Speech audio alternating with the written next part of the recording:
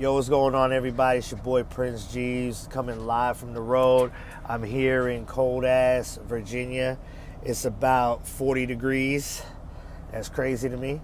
But everybody was getting at me. A lot of people was asking me, oh, what are you doing? Are you doing like movie reviews? You doing like a podcast? You doing this? Like, nah. But a lot of people said that I should start filming it and see where it goes. So this is episode 1. Smoke Sessions with your boy Prince Geevs, movie reviews live from the road. Here we go. Pause, lift from high, roll your split, let's burn the night. Pause, lift from high, roll your split, let's burn the night. Pause, lift from high, roll your split, let's burn the night. Pause, lift from high, roll your split, let's burn the night. Gone, pumping on that drum, it's on. Let me hit that. Well, as you guys can see, I'm not in the studio. I'm not in, there's nothing fancy about this. It's just straight guerrilla style. There's not like a graphic that's sort of flying right here. No, nothing. But, all right, so I sat down today and I watched Terrifier 2. For those of you that don't know what Terrifier is, it's everybody's now everybody's favorite killer clown. Not that one. No. This guy.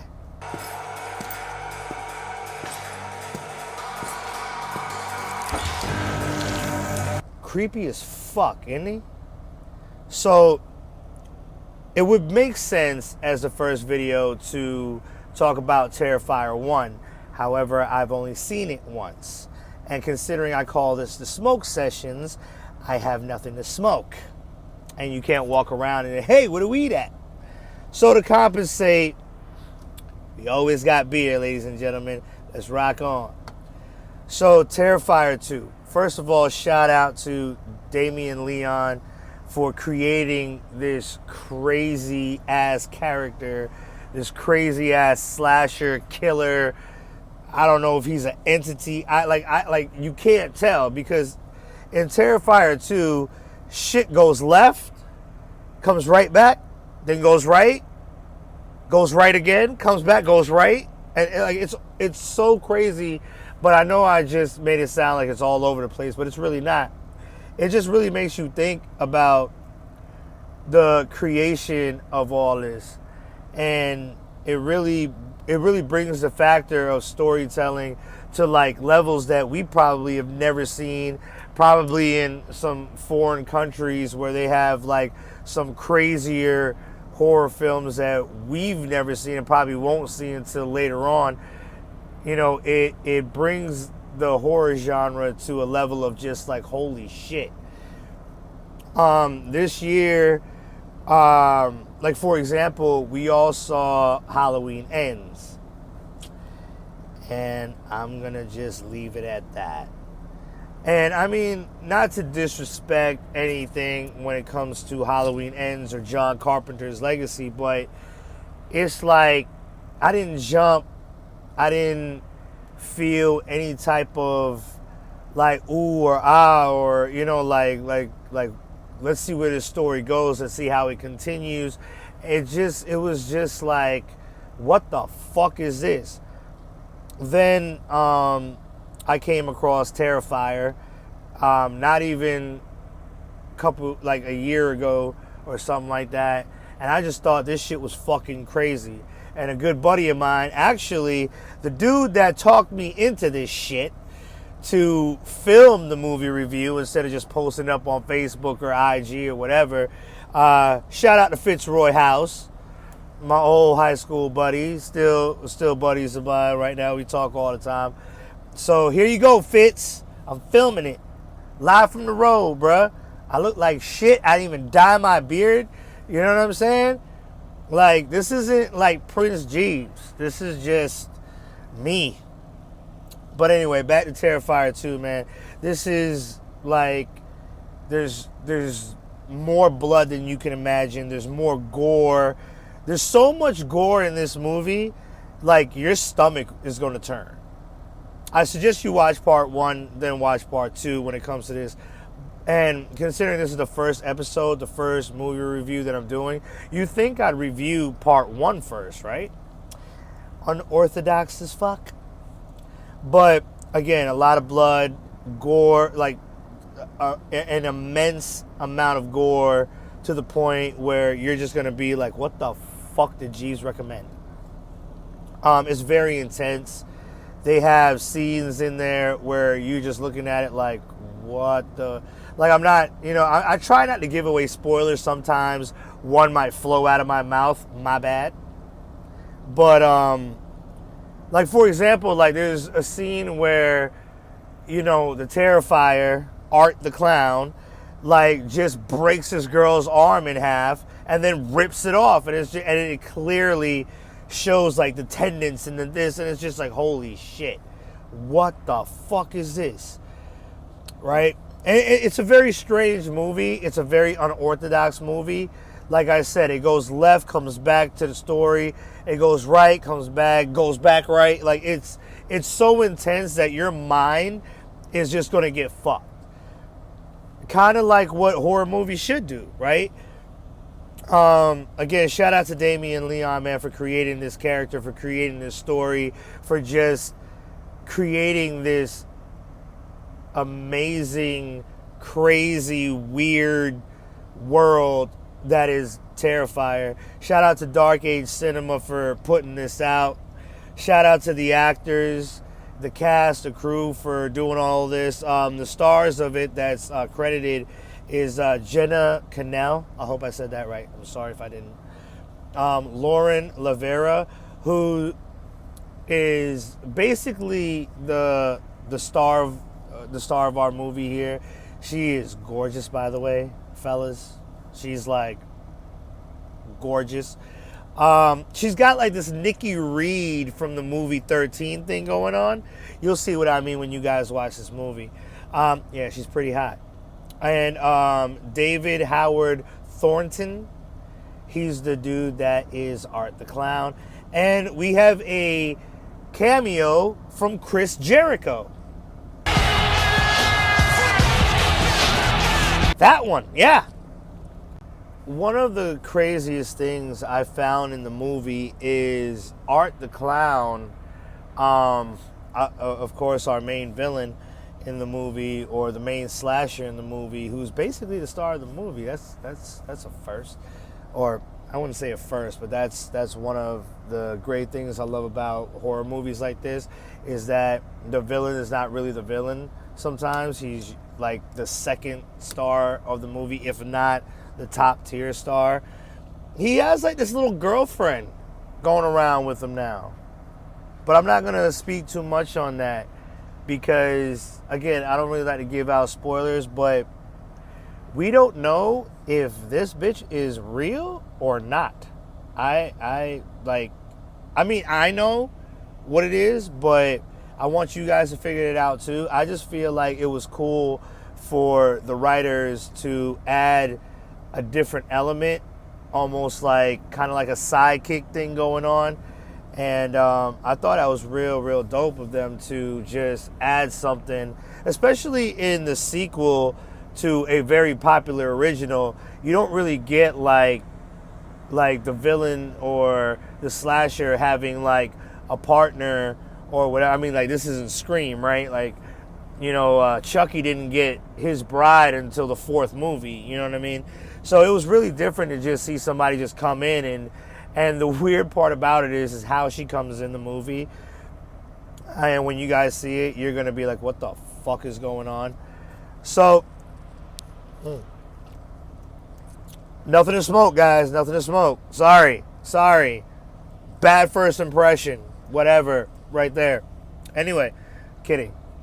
But, so, Lauren Lavera's character, Sienna, has this crazy-ass little brother that is obsessed with, like, serial killers. And it's almost like, if you ever watch those shows, like, oh, he was always quiet. And then, we found, like, small animals dead around the house. Like, that's kind of what it has like a base of, and I thought that was really dope to kind of like have something familiar that we're used to hearing, but twist it.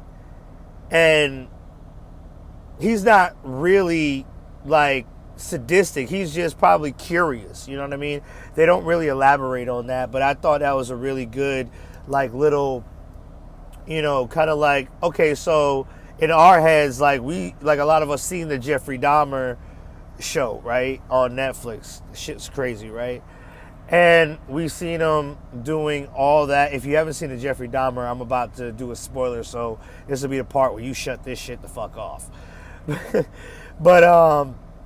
But if you guys remember the Jeffrey Dahmer show, he's in the garage with his father, like, doing, like, I guess taxidermy work, but he's also, like, you know, cutting them open and things like that. And they always say it starts with small animals and then it moves on up to human beings, right?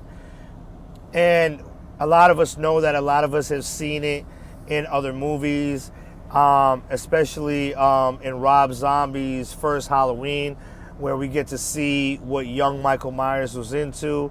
It kind of reminded me of that, but at the same time, this kid isn't as crazy as, you know, you would think he should be. You know what I mean? He has like a little serial killer fetish, though. You know, very curious, very, you know, concerned. I wouldn't say concerned, more of infatuated with, like, a Ted Bundy. And, you know, Ted Bundy never really killed anybody, you know, or Charlie Manson. I just seen this movie, so excuse me if I slip up. I've been drinking these all day. No weed again. I swear to God, I'm going to do an episode. I'm going to be so blunted. You guys are going to be like, now we got the smoke sessions. Cool. Also, and real quick, again, I've been saying that this movie is bloody, gory, very intense, very strange. This is not for the faint of heart. So before you even watch this movie, if you get queasy, if you're one of those people that faint when you see something in a movie, or especially if you get easily offended, please don't watch this movie. Please don't spoil it for the ones that actually want to get scared, that actually want to get a little creeped out, that actually watched Halloween Ends and went, what the fuck? You know?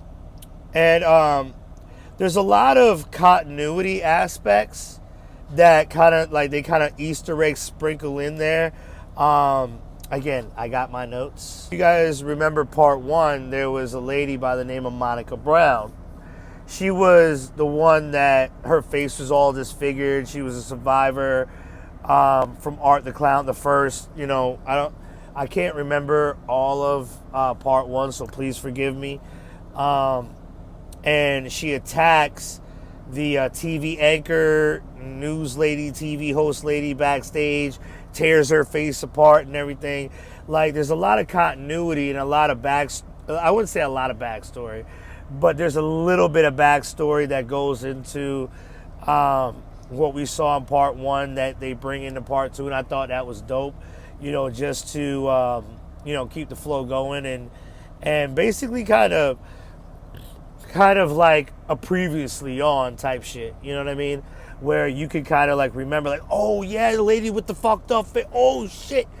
But I liked it. I'm gonna give my rating at the end.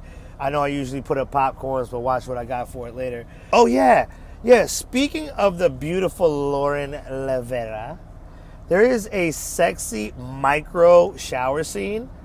Fellas, again,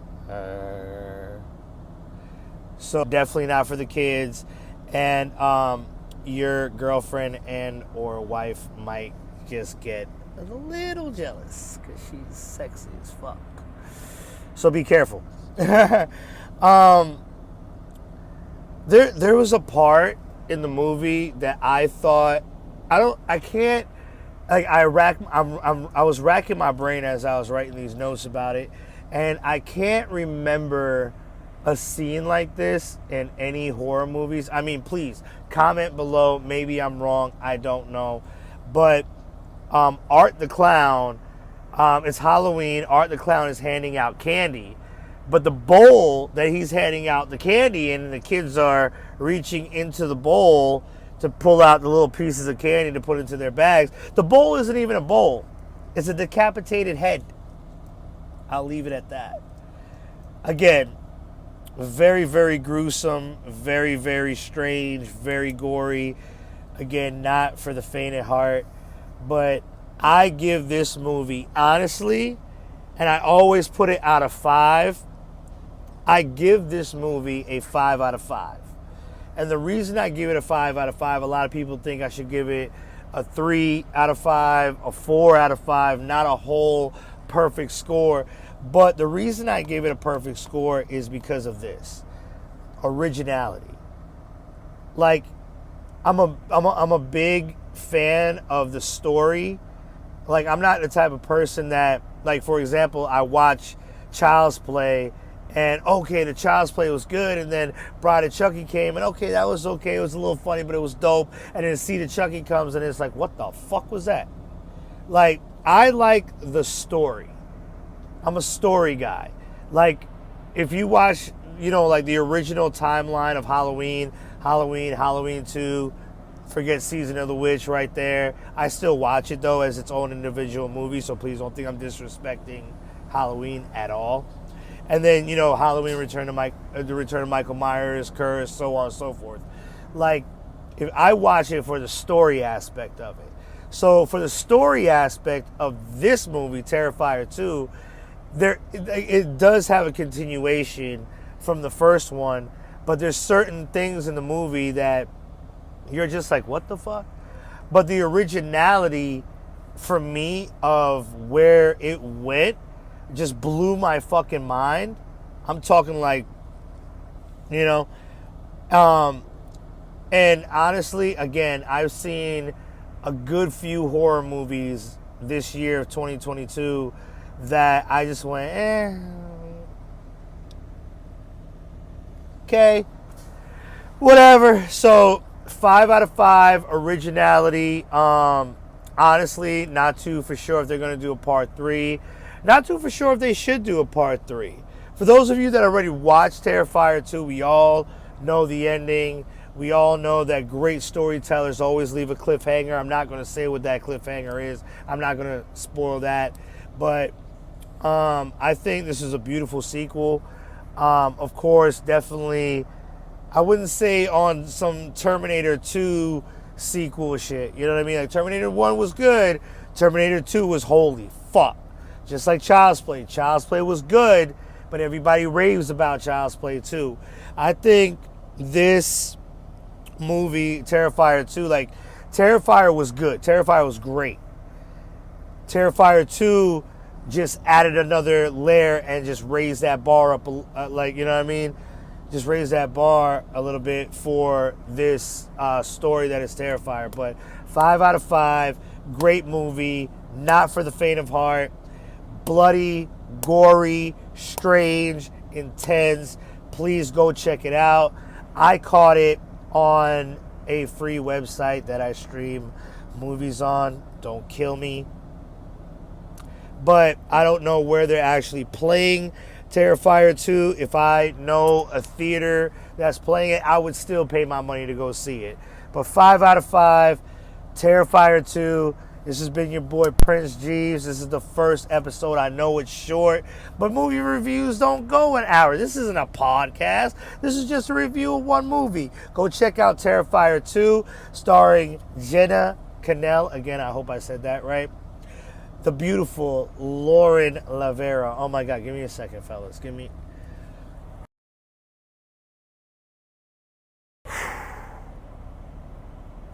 That bitch is bad, all right?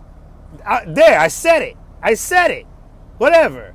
David Howard Thornton, you are a creepy son of a bitch. I would never want to see you in my enemy's dreams. And of course, this is what I forgot to elaborate on. He has a very tiny role in this movie, but he's still in the movie. I grew up watching him in WCW. He went on to WWE, or WWF at the time, now WWE. He's now wrestling for AEW. My man, Chris Jericho. And it's good to see him Like, not just in the wrestling ring, not just doing his music, but also, you know, doing the movies too. Shit, why not? It's your boy, Prince Geevs. I'm out of here. Go watch Terrifier 2 if you haven't. For those of you that have seen it, comment below. Hit that fucking like button, subscribe, and of course hit the bell for more updates. This has been your boy. I'm out of here. Peace.